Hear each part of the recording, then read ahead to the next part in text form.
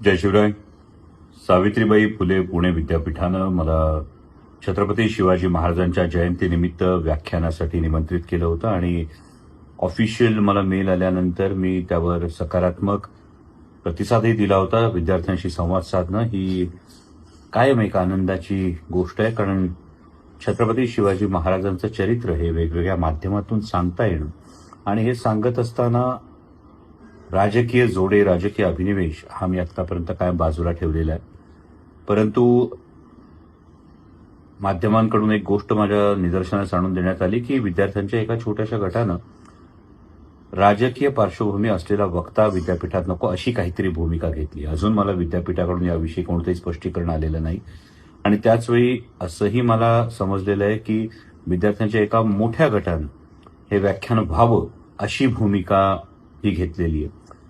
अजून विद्यापीठाची अधिकृत भूमिका याविषयी माझ्यापर्यंत पोहोचलेली नाही. त्यामुळे माझ्यासाठी तर आज दुपारी 4 वाजता सावित्रीबाई फुले पुणे विद्यापीठात व्याख्यान आहे.